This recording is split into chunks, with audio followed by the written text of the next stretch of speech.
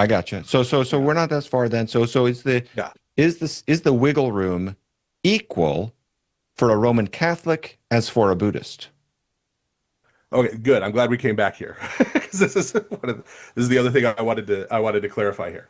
So when the Orthodox Church has addressed those outside the church, it has not primarily been in the context of, and I think this is an important distinction too. People who know about the Orthodox Church, have an Orthodox Church near them, know about it, and choose to reject it, versus someone who lived their life in Papua New Guinea, 700 years ago, right? Like those are two different categories, right, for the Orthodox Church. And most of the time when we address people outside the church, it's been in that context. People who have no idea what Christianity is, have never seen a Bible, right? Have never heard the word Jesus, right? And that kind of thing.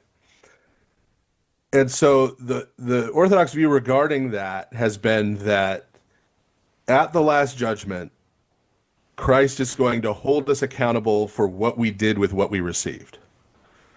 Right? From those who have been given much, much will be required, right? And those who have been given less, right, less will be required. And St. Paul kind of does this in Romans chapters 1 and 2, when he's contrasting the Gentiles and then how the Jewish people who had all of these things are even more accountable, Yeah.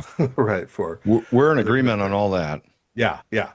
And so for us, there is then this scope of what you have, right? And so a Protestant or a Roman Catholic has a lot more than a Buddhist, assuming that we're talking about a Buddhist who grew up and lived their life in a Buddhist country, right? Not a Buddhist living in, not Richard Gere, right? But like someone, that's in China, right? Or in Japan, who doesn't know about the church. And so we would say, right, that you have been given more.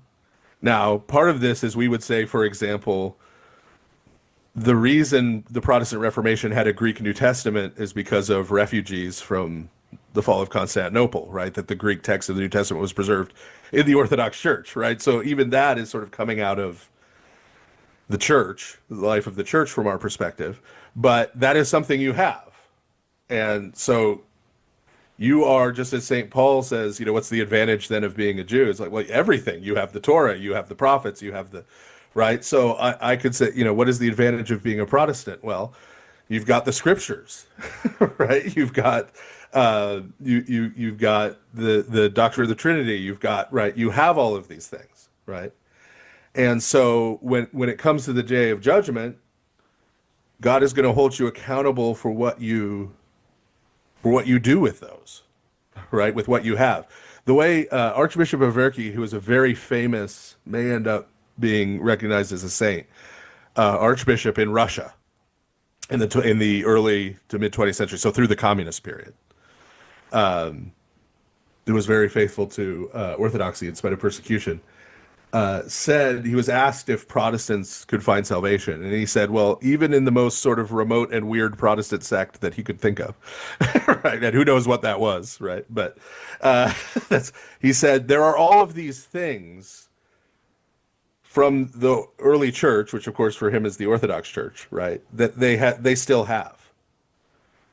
And that he believed if people clung to those, if the people who received those, even though they're receiving these other errors and these other things, those things that were authentically Christian, through receiving those and living their life based on those, they had a hope of salvation, right? Okay. And then the The- flip side of that is there would be a greater condemnation for a Protestant than a Buddhist who, Yeah, that's what I was going to say. right? That's Yeah, what you're outlining there almost would, in the majority of cases of conscientious Protestants, as opposed to a Protestant who's just never heard of Eastern Orthodoxy, would yeah, seem to make it worse for Protestants. Because if someone knows of Eastern Orthodoxy and is yet, as I am, conscientiously persuaded of Protestantism, that would seem to make things worse for that person, which is an interesting state of affairs to be in.